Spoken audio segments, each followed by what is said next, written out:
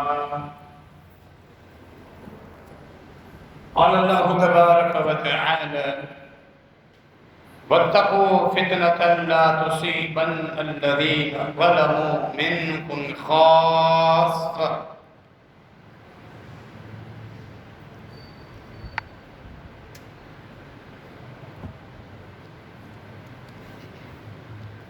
اللہ رب العالمین نے دین اسلام کے قبول کرنے کے بعد ظاہر زبان سے کلمہ توحید اور رسالت پڑھنے کے بعد اس انسان پر کچھ آزمائشیں اور عبادات رکھی. یہ اللہ رب العالمین کی سنت سورہ العنکبوت کی ابتدا میں اللہ رب العالمین نے اپنی سنت کا مقصد واضح کیا تاکہ اللہ رب العالمین تم میں سے جو صدق دل سے کلمہ پڑھتے ہیں ان کو علیحدہ کر دے، اور وہ لوگ جو خالی زبانی کلمہ پڑھتے ہیں انہیں علیحدہ کر. کلمہ تو سب پڑھتے ہیں بظاہر زبان سے. یہ جو عبادات اللہ نے رکھی، پابندیاں اللہ رب العالمین نے رکھی، نماز کی صورت میں، روزوں کی صورت میں، فرض زکوٰۃ کی صورت میں، حج کی صورت میں، یہ بنیادی آزمائش ہے تاکہ اللہ رب العالمین جو سچ بولنے والے ہیں انہیں علیحدہ کر دے، جو خالی زبان سے کلمہ پڑھتے ہیں انہیں علیحدہ کر دے. اسی لیے جو خالی زبان سے کلمہ پڑھنے والے جن کے اندر نفاق ہے وہ ہمیشہ مشکل عبادات میں پکڑے جاتے ہیں، پہچانے جاتے ہیں. جہاد کے موقع پر اکثر منافقین بہانے بنا کر بیٹھ جاتے ہیں. نبی علیہ السلام کے پاس آتے ہیں اور ان نبیوتنا عورا، وہ کہتے ہیں کہ ہمارے گھر پیچھے سنبھالنے والا کوئی نہیں. مختلف بہانے بناتے ہوئے گھروں میں بیٹھ جاتے ہیں. یعنی مشکل جو عبادات ہیں، روزہ ہے، فرضی زکوٰۃ ہے، ان میں اللہ نے منافقین کو علیحدہ کر دیا ہے تاکہ قیامت کے دن اللہ اپنی حجت پوری کر کے کامیاب لوگوں کو اپنی جنت میں روانہ کر دے اور ان لوگوں پر اپنی حجت قائم کرے اور جہنم کی آگ کے سپرد کر دیے جائیں. یہ اللہ کی سنت. عبادات اسی لیے مگر اللہ رب العالمین ہمارے رکوع سجود عبادات ہمارے جہاد کا محتاج نہیں، نہ ہی ہمارے مال کا محتاج. یہ تو ہمارے اوپر آزمائش ہے. ان عبادات سے ہٹ کر بھی اللہ رب العالمین نے کچھ آزمائشیں رکھی، حتیٰ کہ ان عبادات میں نبی علیہ السلام نے بالخصوص عشاء اور فجر کے بارے میں فرمایا کہ اکثر آپ حدیث سنتے رہتے. فرمایا کہ منافقین پر یہ دو نمازیں بھاری ہیں، کسی کو پہچاننا ہے اس کی باقی نمازوں کے ساتھ اس کی عشاء نماز با جماعت دیکھیں، فجر کی نماز با جماعت دیکھیں، چیک کریں تو آپ کو پتہ چل جائے گا یہ کلمہ زبان سے پڑھتا ہے یا دل سے اپنے اللہ کو اپنا حاکم اور رب تسلیم کرتا ہے. فرمایا منافقین پر یہ نمازیں بھاری ہیں، ان میں آزمائش ہے، مشکل اور کٹھن نمازیں یہ دونوں.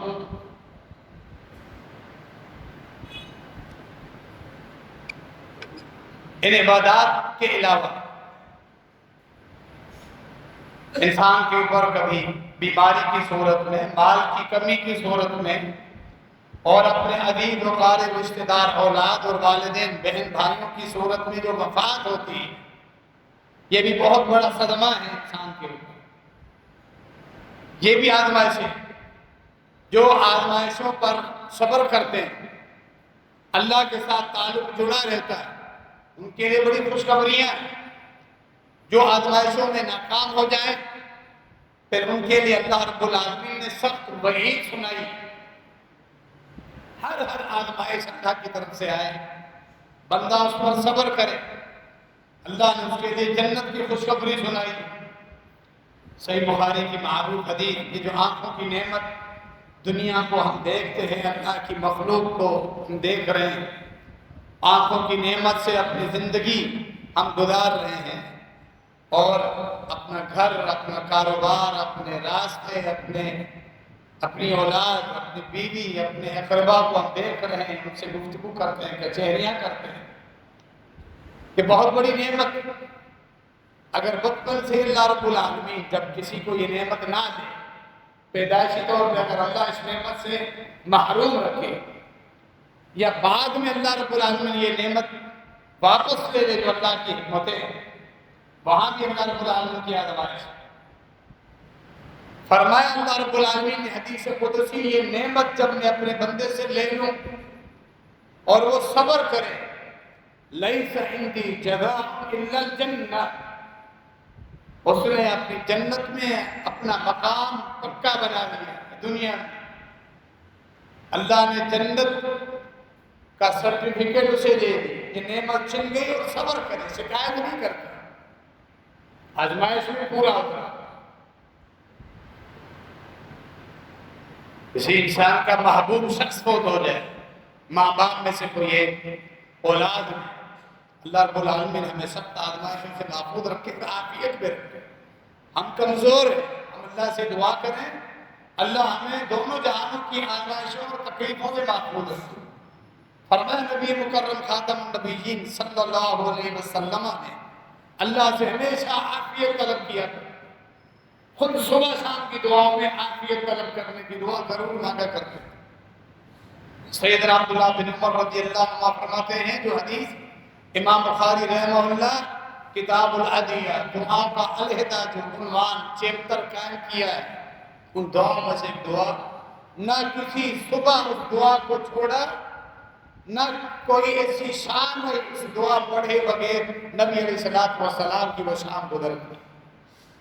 اللہم انی اسألک العافیۃ فی الدنیا والآخرہ، اللہم انی اسألک العفو والعافیہ فی دینی و دنیای و اہلی و مالی، اللہم استر عوراتی و آمن روعاتی، اللہم احفظنی من بین یدی و من خلفی و عن یمینی و عن شمالی و من فوقی و اعوذ بعظمتک ان اغتال من تحتی. اللہ مجھے تو عافیت عطا کر، میں تجھ سے عافیت کا سوال کرتا ہوں، دنیا میں بھی آخرت میں. دوبارہ تیری طرف سے درگزر، بخشش اور پھر عافیت کا سوال کرتا ہوں. میرے مالی معاملات میں، میرے گھریلو معاملات میں، میرے دینی معاملات میں، میرے دنیاوی معاملات میں کس قدر جامع دعا ہے. انسان کی دنیا کے معاملات میں بھی جہاں معیشت کے مسائل ہیں، کچھ لوگ پریشان کر رہے ہیں، دشمنیاں ہیں، وہ مسائل ہیں، رشتہ داروں کی طرف سے تنگ کیا جا رہا ہے، مارکیٹ میں کاروبار ترقی کر رہا ہے، پھر بھی لوگوں نے نظر رکھی ہوئی ہے اور طرح طرح کے حربے استعمال کر رہے ہیں تاکہ وہ ہمیں پیچھے ہماری ٹانگیں کھینچیں. میرے دنیاوی معاملات میں، کاروباری معاملات، میرا دین جس میں نمازیں میرے اوپر مشقت پڑنے لگے اور تیرے دین پر عمل کرنے سے رکاوٹیں آنے لگے، میرے گھر میں دینداری ہو، میری اولاد کی اصلاح ہو، ساری چیزوں کے لیے عافیت اور دین کا سوال. میری دنیا، میری آخرت، اے اللہ میری حفاظت کر، میری پریشانیوں، میرے ڈر اور خوف کو دور کر دیں. کچھ معاملات ہیں جن کے بارے میں مجھے ڈر اور خوف، وہ سارے معاملات اللہ میرے سنبھال دے، مجھے امن دے دے، میرے خوف کو تو ختم کر دے. اے اللہ میری حفاظت فرما، میرے آگے سے، میرے پیچھے سے، میرے دائیں، میرے بائیں، میرے اوپر سے، اور میں تیری پناہ میں آتا ہوں کہ میں نیچے سے بھی پکڑ لیا جاؤں. کتنی جامع دعا. اس طرح کی دعائیں صبح شام کے اذکار میں ضرور پڑھا کریں. عافیت کا سوال. اس کے علاوہ بھی صبح شام کے علاوہ بھی انسان پڑھ سکتا ہے. سجدوں میں آپ پڑھ سکتے ہیں، نماز میں، اتحیات میں ہم بیٹھتے ہیں، امام کے پیچھے اپنی دعائیں پوری کر لی. امام نے جب تک سلام نہیں پھیرا دعائیں مانگتے رہے، پڑھتے رہے، کوئی پابندی نہیں. یہ دعائیں اپنے سامنے رکھیں تو دعا آپ سن رہے ہیں، محنت کر رہے ہیں، آہستہ آہستہ ایک ایک لفظ سامنے رکھے، اس کو یاد کریں، معنی اور مفہوم سامنے رکھیں. اتحیات کی دعا میں اس دعا کو شامل کر لیں. تنہائی میں جب پڑھتے ہیں نوافل، آپ کو اختیار ہے اطیار لمبی کر لیں، خوب دعائیں کریں، یہ دعائیں اس میں شامل کر دیں تو عافیت اللہ کی بہت بڑی نعمت ہے۔ لیکن اللہ نے جب تقدیر میں کوئی پریشانی کی ہے وہ آ جائے، فرمایا یہ حدیث قدسی، یہ بھی صحیح بخاری، اذا اخذت کریمتہ، جب میں اس کا معزز فرد کوئی پکڑ لوں، لے لوں، اولاد میں سے، والدین میں سے، صبر کریں، اس کا بدلہ بھی میرے پاس جنت ہے۔ آزمائش آتی ہے، لوگ ان آزمائشوں میں صبر کریں۔ یہ تو آزمائش بات کی، بنیادی طور پہ 500 وقت نماز کی آزمائشوں میں سے ہم گزر رہے ہیں۔ ہر سال رمضان کے روزے فرض ہوتے ہیں، وہ بھی آزمائش۔ مال آپ کے پاس جمع ہو گیا ہے، ضرورت سے زائد حج نہیں کیا، حج فرض ہے، آپ آزمائش میں ہیں۔ نصاب تک مال پہنچ چکا ہے، زکوٰۃ ادا کرنی ہے، مال کے ساتھ محبت ہے، پیسہ نکالتے وقت انسان تھوڑا سوچتا ہے، پریشان ہوتا ہے، مال کی محبت غالب آنے لگتی ہے، یہ بھی آزمائش۔ اسی لیے تو عبداللہ بن مسعود رضی اللہ تعالیٰ عنہ کہتے ہیں، ہم اپنے دور میں نبی علیہ السلام کے زمانے میں منافقین کو نمازوں کے ذریعے پہچانتے تھے۔ ہم دیکھتے وہ اکثر عشاء اور فجر کی جماعتوں سے غیر حاضر رہتے، ہم نے ان کو نمازوں سے پہچانا، ہم نے دیکھا اکثر ان کی رکعتیں نکل رہی، ان کی جماعتیں چھوٹ رہی، یعنی عشاء فجر کے علاوہ باقی نمازوں میں بھی وقت پہ حاضری نہیں۔ جامع ترمذی میں صحیح سند کے ساتھ عبداللہ بن مسعود رضی اللہ تعالیٰ عنہ کی کسوٹی ہے، پہچان ہے۔ اب لوگوں کو پہچاننا ہے، ان کو نمازوں کے ذریعے پہچان۔ مرنے سے پہلے ہم بھی اپنی اصلاح کر لیں، اس نفاق سے ہم محفوظ ہوں، پھر موت آئے۔ کسی اور کو دکھانا نہیں، لوگوں کو اپنا دین باور کرانا مطلوب نہیں، اپنے رب کو راضی کرنا ہے۔ میں خود چیک کروں میرے اندر تو نفاق نہیں، کیا میری 500 نمازیں وقت پہ پوری ہو رہی، میں فجر پڑھ رہا ہوں باجماعت، عشاء نماز پڑھ رہا ہوں، کہیں ایسا تو نہیں اکثر میری جماعت چھوٹ رہی ہے، رکعات نکل رہی ہے۔ اگر ایسا ہے میں اپنی موت سے پہلے اصلاح کروں، بجائے اس کے کہ لوگوں پر ہم فتوے لگائیں، پہلے میں اپنی اصلاح کروں۔ جنہوں فتنوں کا دور نکل چکا ہے، فرمایا نبی علیہ السلام نے قرب قیامت فتنے آنے، قرب قیامت، جو قیامت قریب آتی جائے گی فتنے بڑھتے جائیں گے، ہر بات والا فتنہ پہلے فتنے سے بڑا ہوگا۔ مثال دی سمندر کی لہروں کی طرح، سمندر کی لہر سمندر کے درمیان میں سے اٹھتی ہے، کنارے پر پہنچتے پہنچتے تمہارے پاؤں تک آتی ہے تو کم ہو جاتی ہے، ڈھیلی پڑ جاتی ہے، تم سمجھتے ہو یہ لہر ختم، پھر تم کیا دیکھتے ہو ایک اس سے بھی بڑی لہر آ رہی ہے، اس سے بھی بڑی ایک موج سمندر کو کھینچتی ہوئی آ رہی ہے کہ انسان پریشان ہو جائے۔ اسی طرح فتنے آئیں گے قرب قیامت۔ ان فتنوں کا مطلب وہ چیزیں، وہ آزمائشیں ہیں جن پر اللہ رب العالمین تمہارے دین کو چیک کرے، تمہیں چیک کرے گا، تمہیں آزمائے۔ سب سے بڑا دشمن جو یہودی، یہ آزمائش ہے پوری امت کے اوپر کہ بالآخر اللہ مسلمانوں کو نجات دے گا جب امام مہدی کی صورت میں تمہیں اللہ رب العالمین خلیفہ ادا کرے۔ اس سے پہلے تمہاری حالت خراب ہوگی، اس لیے کہ تم دین کو چھوڑو۔ دجالی میڈیا کی روشنی میں یہودی کے خلاف جنگ کا ڈرامہ جو آج کل رچایا گیا، گزشتہ خطبے میں بھی آپ نے یہی سنا، یہ بھی فتنہ ہے۔ دجال آئے گا، اپنے کارنامے دکھائے گا، لوگوں کو بظاہر خیر دکھائے گا، انہیں غذائیں دے رہا ہوگا، روٹیوں کے پہاڑ دے رہا ہوگا، جو اس کے پیروکار ہوں گے وہاں انہیں کھیت و کھلیاں اور ان کے لیے سبزہ، پھل، اناج، غلہ، ان کے علاقوں میں بارشیں، اتنے اختیارات اور طاقت، ٹیکنالوجی، جادو دونوں ملا کر آئے گا۔ جو ماننے والے نہیں ہوں گے وہاں قحط سالی کا ماحول ہوگا، حتیٰ کہ وہ پانی کے ایک قطرے کے لیے ترس جائیں گے، سسکتے رہیں گے پانی کے ایک قطرے میں۔ پیشانی پہ کفر لکھا ہوگا، لوگ پھر بھی اس کو خدا مان لیں گے۔ یہ دجال فتنے جو اب شروع ہو چکے ہیں، کیونکہ ایسا ملک جس کے کفر، قرآن کے انکار، مسلمانوں کا بنیادی کلمہ توحید بھی جو تبدیل کر چکے ہیں، اس سوشل میڈیا کے دجالی فتنے نے ان کو ہیرو کر کے دکھایا کہ ہمارے سنی مسلمانوں نے بھی ان کو اپنا مسیحا اور نجات دہندہ سمجھ بیٹھے کہ یہودیوں کے خلاف تو یہ لڑ رہے ہیں۔ جو ڈرامہ بازی ہے وہ صرف اہل علم شروع سے ہی لوگوں کو سمجھا رہے ہیں، علماء کے ساتھ تعلق ہے۔ ان کی تاریخ کہ جو آپ لائنیں لکھ رہے ہیں، الفاظ بیان کر رہے ہیں، یہ دجالی فتنہ ہے کہ کبھی تمہیں خیر نہیں ملے گی، جو تمہاری قرآن کی عظمت کے انکار ہے۔ قادیوں نے سورۃ الاحزاب کی ایک آیت کا انکار کیا، وَلَٰكِن رسول اللہ وخاتم النبیین، اسلام سے خارج۔ جی ہاں، اس پر پوری امت کا اتفاق، الحمدللہ اسلام سے خارج۔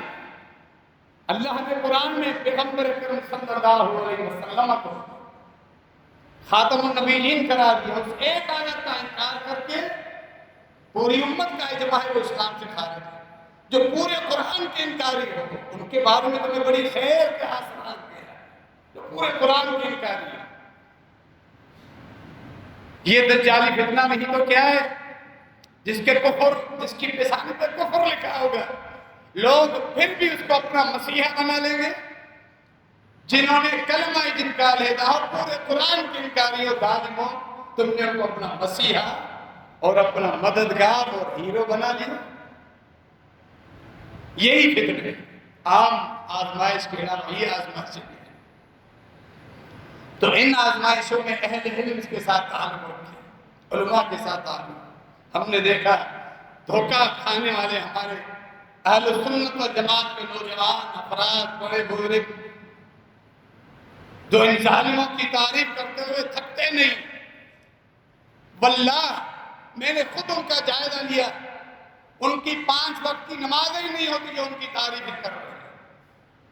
پہلا سوال اہل علم سے کرتے، آ کر بیٹھ کر ان کی تعریف کرنے لگا، یہودیوں کے خلاف تو وہ لڑ رہے ہیں، تم کیا کر رہے ہو؟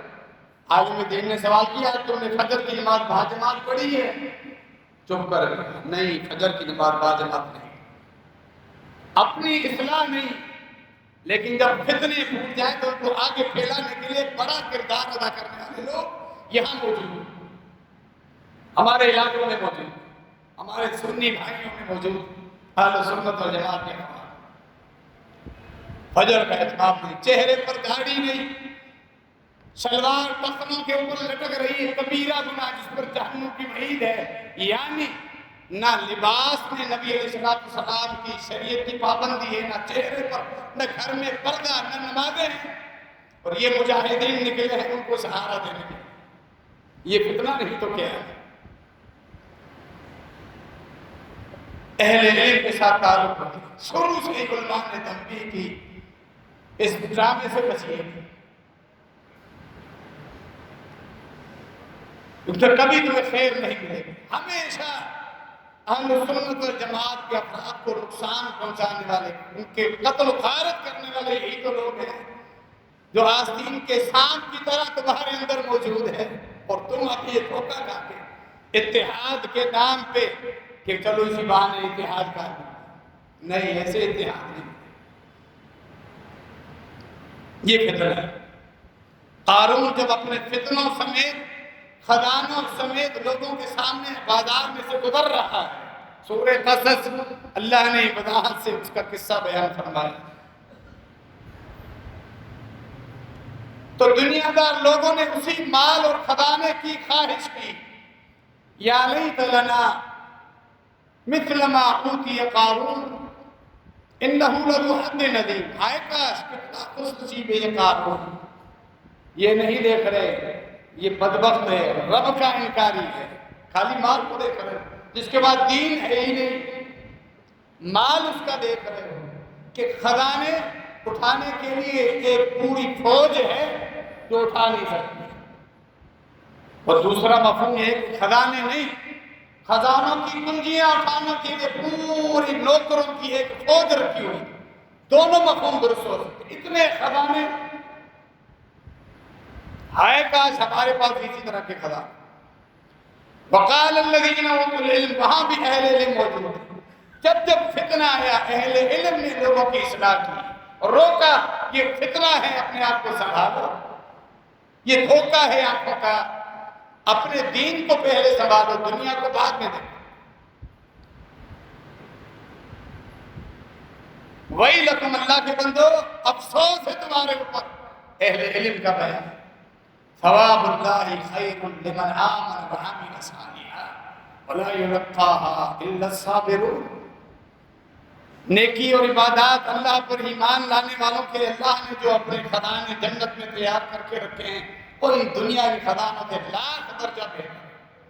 جو دنیاوی خزانے ہوں، اللہ کی ناراضگی ہو، حرام طریقے سے کمائے گئے ہوں، ایمان کی نعمت سے محروم ہو کر بڑی پوری دنیا کا بھی مالک بن جائے، وہ کیا خوش نصیب ہے جس سے تم کہہ رہے ہو قارون انہ لذو حظ عظیم، بڑا خوش نصیب ہے۔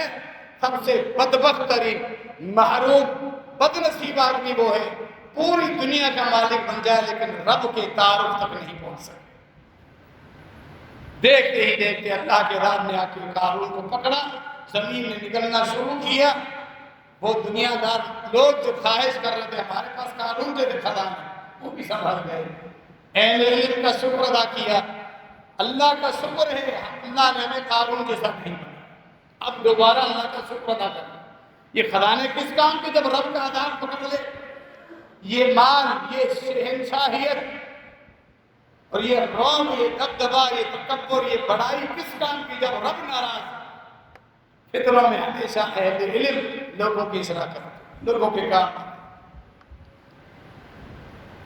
نبی مکرم خاتم النبیین جناب محمد رسول اللہ صلی اللہ علیہ وسلم مدینہ منورہ میں اپنے صحابہ ساتھ تھے، مشرق کی طرف دیکھا جو کہ نجد، عراق اور کوفہ اور بصرہ کا علاقہ ہے، اور پھر اس طرف سے اپنے شہر مدینہ کی طرف اشارہ دیا، فرمایا یہاں سے فتنے آنے ہیں تمہارے شہر مدینہ میں ان فتنوں کو تمہارے شہر مدینہ کی گلیوں میں اس طرح دیکھ رہا ہوں جس طرح بارش کے قطرے، موسلادھار بارش کی صورت میں قطروں کے اوپر قطرے ٹپکتے، بڑی تیزی کے ساتھ بارش کے قطرے گرنے کے بعد وہ بہتی ہوئی ندیاں اور دریا بن جاتے، میں ایسے فتنے دیکھ رہا ہوں۔ وہ آزمائشیں تو آنی تھی۔ عثمان غنی رضی اللہ تعالیٰ عنہ کی مظلومانہ شہادت، یہ پہلا بڑا فتنہ تھا جو مسلمان نے اپنی آنکھوں سے دیکھا۔ ان کا امیر، ان کا خلیفہ، نبی علیہ السلام کے دوہرے داماد ذو النورین کا لقب ملا۔ امت کے افضل ترین انسانوں میں سے ابو بکر عمر کے بعد، بلکہ اس وقت جب ابو بکر دنیا سے رخصت ہو چکے ہیں، عمر فاروق رضی اللہ تعالی عنہ شہادت کے بعد دنیا سے رخصت ہو چکے ہیں، عثمان غنی اس وقت اس دنیا کی زمین پر، دھرتی پر جتنے لوگ رہ رہے تھے، سب سے افضل ترین انسان کی مظلومانہ شہادت کا واقعہ ہے۔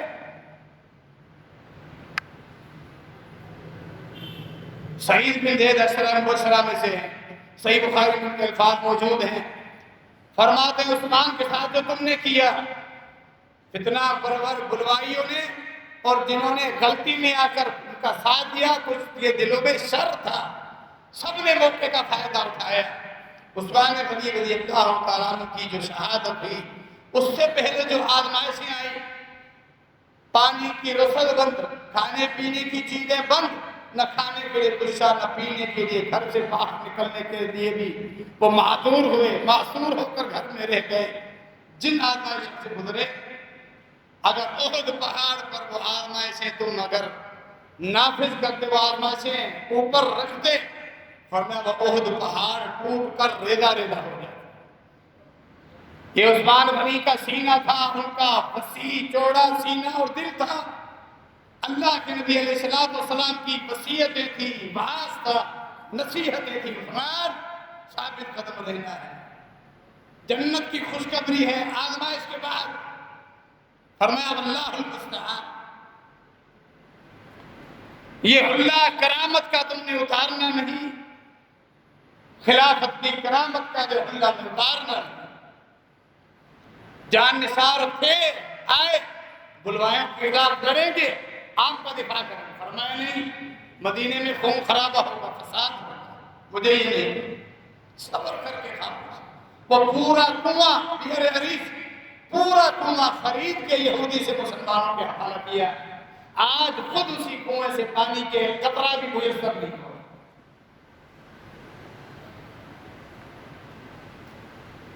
عمر بن خطاب رضی اللہ تعالیٰ عنہ کی جب شہادت ہوئی، ان کی شہادت کے بعد عثمان غنی رضی اللہ تعالیٰ عنہ کا پھر جنگ جمل مسلمانوں کی اجتہادی غلطیاں، غلط فہمیاں، صحابہ کرام سب کو اللہ نے معاف کر دیا۔ عائشہ رضی اللہ عنہ ایک طرف، سیدنا علی رضی اللہ تعالیٰ عنہ مد مقام، سب فتنے آزمائش سے، جنگ صفین، صحابی علی رضی اللہ تعالیٰ عنہ سامنے، معاویہ رضی اللہ تعالیٰ، سب صحابہ، ان کے بارے میں اپنی کسی کے بارے میں اپنی زبانیں مت کھولیں، برباد ہو جاؤ گے، اپنے دین کو برباد کر لو۔ یہ جو بیٹھے ہوئے ہیں سوشل میڈیا پر اپنے چینل کھول کر علماء اہل سنت والجماعت سے ہٹ کر دیں، فتنے پھیلانے والے مولوی اور اسکالر ہونے کا خود ساختہ لیبل چسپاں کر کے بیٹھے ہوں گے اور رافضیت پھیلا رہے ہیں صحابہ کرام کے خلاف، جو بغض پھیلا رہے ہیں۔ ہمارے سنی نوجوان نے سنتوں کا عقائد خراب کر دیا، یہ فتنے چلے، حتیٰ کہ واقعہ کربلا ہوا، یہ بھی بڑا فتنہ تھا، بڑی آزمائش، جس میں نبی علیہ السلام کے بیٹے، علی رضی اللہ تعالیٰ عنہ کے بیٹے، جنت کے نوجوانوں کے سردار سیدنا حسین بن علی رضی اللہ تعالیٰ عنہ کی مظلومانہ شہادت، گھر کے کچھ افراد، تفصیلات تاریخ کی کتب میں پوشیدہ ہے، کوئی واضح ایسا تاریخی سبق اور حوالہ نہیں کہ کتب احادیث کی طرح ہم اس واقعے کو باقاعدہ دیکھ رہے ہیں کہ ایک مرحلہ کہ سجدے میں گئے اور پانی بند کر دیا گیا، فلاں گھر والے تھے، یہ تفصیلات نہیں، یہ تو لوگ مزے لینے کے لیے، تمہارے جذبات کو ابھارنے کے لیے اور اپنے بنیادی کچھ مضمون مقاصد پورے کرنے کے لیے بیٹھ کر پوری کہانی ایسے بیان کرتے ہیں گویا کہ ذاکر صاحب خود وہاں سے ہو کر آیا، اپنی آنکھوں سے دیکھ کر۔ بہرحال ظلمانہ شہادت، یہ بھی بہت بڑی آزمائش، عمر کے اوپر آزمائش، فتنہ۔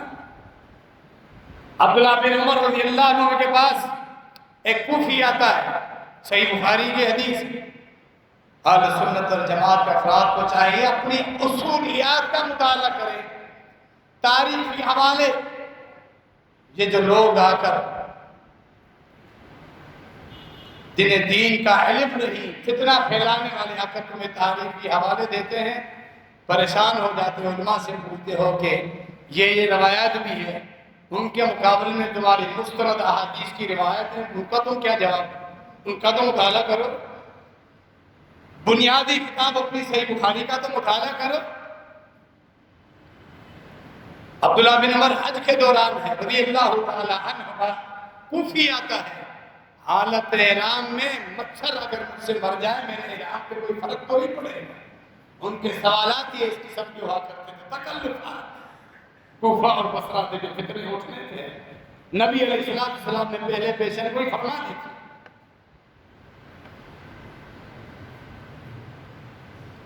فرمایا عبداللہ بن عمر نے اس کوفی کو دیکھ، اللہ کے پیغمبر صلی اللہ علیہ وسلم کے بیٹے، ہمیشہ بیٹا ہی بلایا، دونوں کو، حسن کو بھی حسین کو، ان کوفیوں نے وہاں شہید کر دیا، وہاں ان کی کانوں میں جوں تک نہیں رہی، کوئی احساس نہیں ہوا، اور آج یہ سوال کرنے آیا ہے کہ مچھر اگر میں مار دوں حالت احرام میں میرے اوپر کوئی فرق پڑے گا؟ اپنی قصوریات کی تو دیکھو، صحابہ کے نام کیا کہتے ہیں، قاتل کون تھا، ہم کس میں تبرہ کرتے ہیں، ایک ہی شخصیت کو نشانہ بنا دیا، جب تک اسے آدمی جہنم نہ روانہ کر دے ہم سکھ کا سانس نہیں لیتے، خود اپنے عقیدے کا پتہ نہیں، اپنے فرائض کا پتہ نہیں، باقی حلال و حرام، خرید و فروخت کے معاملات کا پتہ نہیں، سودی معاملات میں لتھڑے ہوئے ہیں، لٹکے ہوئے ہیں، رشوت، دھوکہ، جھوٹ، بے پردگی، نہ فرائض. انہوں نے ایک ہی شخصیت کو ٹارگٹ کر کے پہلے اس کو جہنم میں ضرور روانہ کرنا ہے.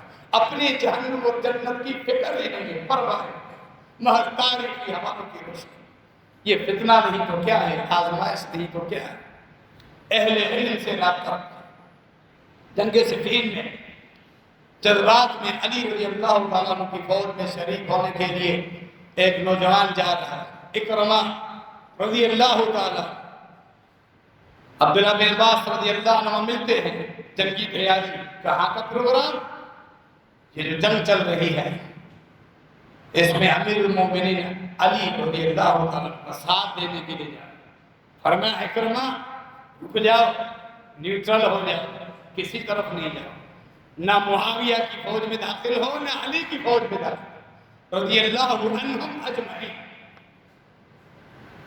فرمایا مسلمانوں کی اجتہادی غلطیاں ہیں، آپس کے اختلافات ہیں، یہ وہ جہاد نہیں جس کے تلوار چلانے پر اللہ نیکیاں دیتا ہے، درجات بلند ہوتے ہیں. رک جاؤ.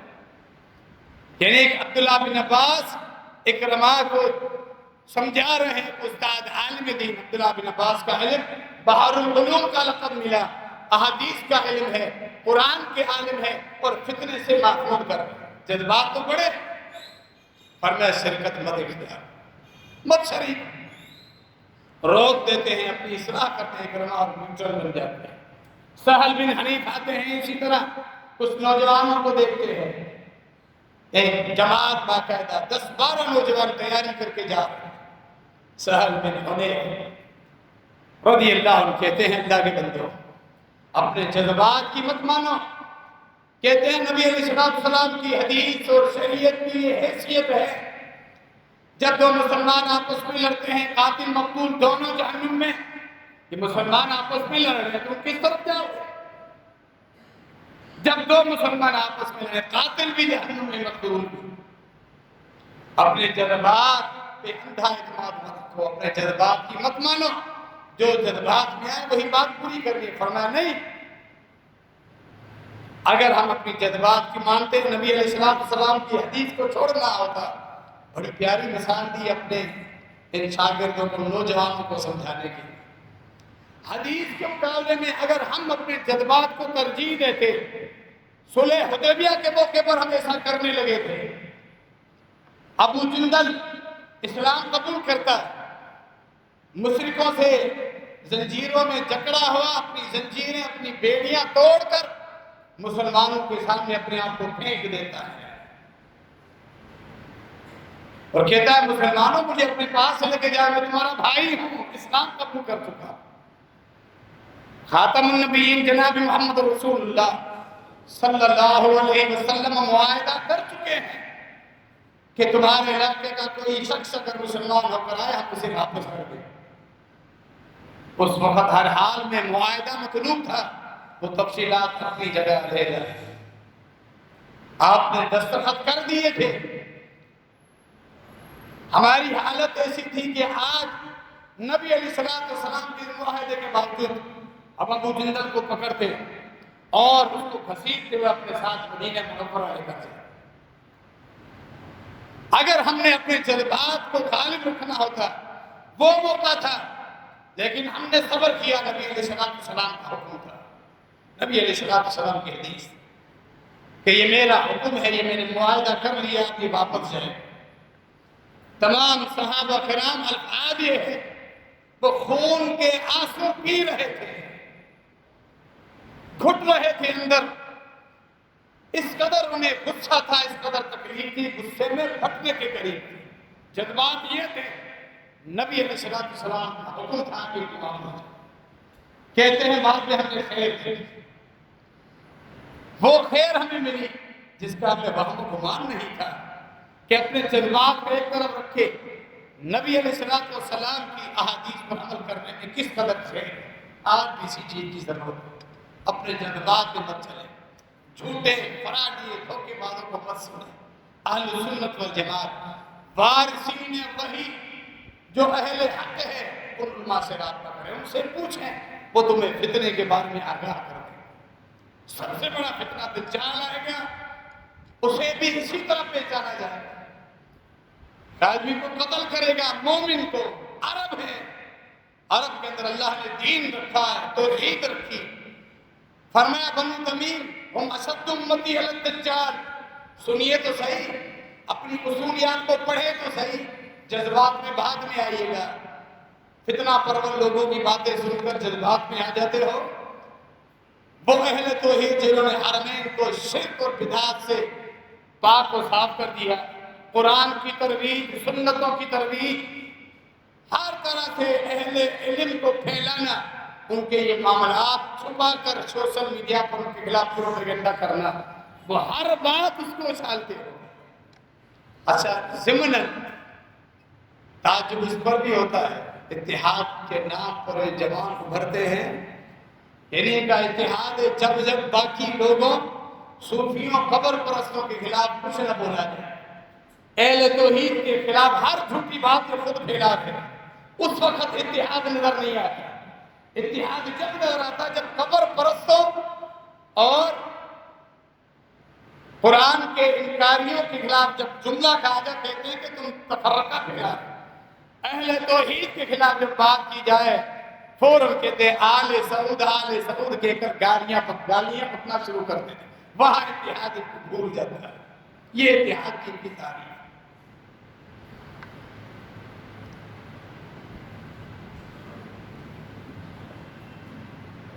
یہ فتنے قرب قیامت جو سوچ ہمارے سامنے نظر آ رہا ہے.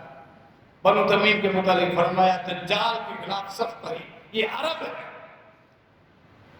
فرمایا مدینہ منورہ قرب قیامت ساری دنیا میں سے علم اٹھ جائے گا. صحیح بخاری کی حدیث، بار بار تمہیں کہا جا رہا ہے اپنی اصولیات دین کا مطالعہ کرے. ساری دنیا میں سے علم سپڑ جائے گا سوائے مدینہ منورہ کے، جس کے خلاف آج بکواسات کر رہے ہیں. نبی علیہ السلام کی پیشن گوئی کیا ہے. دین تمہیں وہی ملے گا، علم تمہیں وہی ملے گا، عقیدہ توحید بھی وہی ملے گا. ہمارے پیارے پیغمبر نبی علیہ السلام کی پیشن گوئی ہے. اور میڈیا کے فتنے نے تمہیں باولا کر دیا.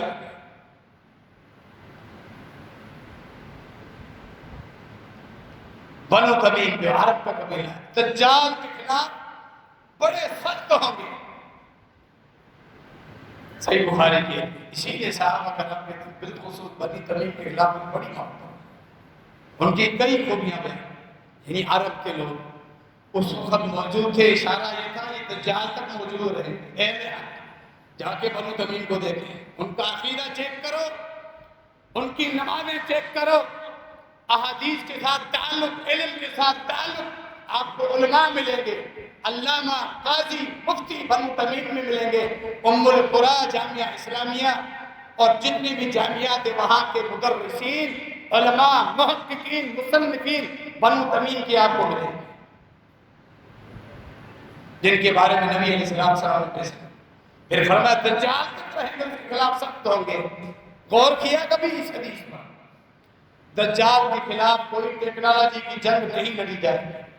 ساری ٹیکنالوجی دنیا سے ختم ہو جائے گی. اس آپ کے قبضہ جادو کی یہ لڑائی ہوگی صرف عقیدے کی بنا پر، دین کی بنیاد پر، روحانیت کی بنا پر. اسلحہ تھوڑی ہوگا، اس کے خلاف سخت ثابت ہوں گے. اسلحے سے تھوڑی لڑیں گے. اس وقت جو اسلحہ ہوگا تیر و تلوار وہ اپنی جگہ. اصل جو سخت ہوں گے دجال کے خلاف ان کا عقیدہ، رب کی معرفت. وہ کہیں گے تم کو کانا ہے، دیکھتے ساتھ ہی پہچانیں گے تیری پیشانی پہ کفر لکھا ہوا ہے، تو کانا ہے اور ہم تجھے دیکھ رہے. ہمارا رب وہ ہے جس کو جنت میں جانے تک ہم دیکھ نہیں سکتے. ہمارا رب بے عیب ہے، تو کانا ہے، تو رب کیسے بن سکتا؟ اس طرح اس کے خلاف سخت ہوں گے. اہل علم، یہ علم کی برکتیں ہوں گی. دجال کو پہچانا. نبی علیہ السلام نے فتنے خواب کی صورت میں آپ کو امت پر آنے والی آزمائشیں دکھائی گئی. اٹھ کر فرمایا سبحان اللہ، کلمہ توحید سبحان اللہ.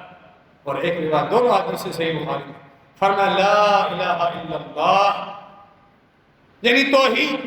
ان فتنوں سے بچنے کے لیے اپنے توحید کے ساتھ مضبوطی اختیار کی. اور ہم نے اسی فتنے میں توحید کی غیرت کو بھلا دی.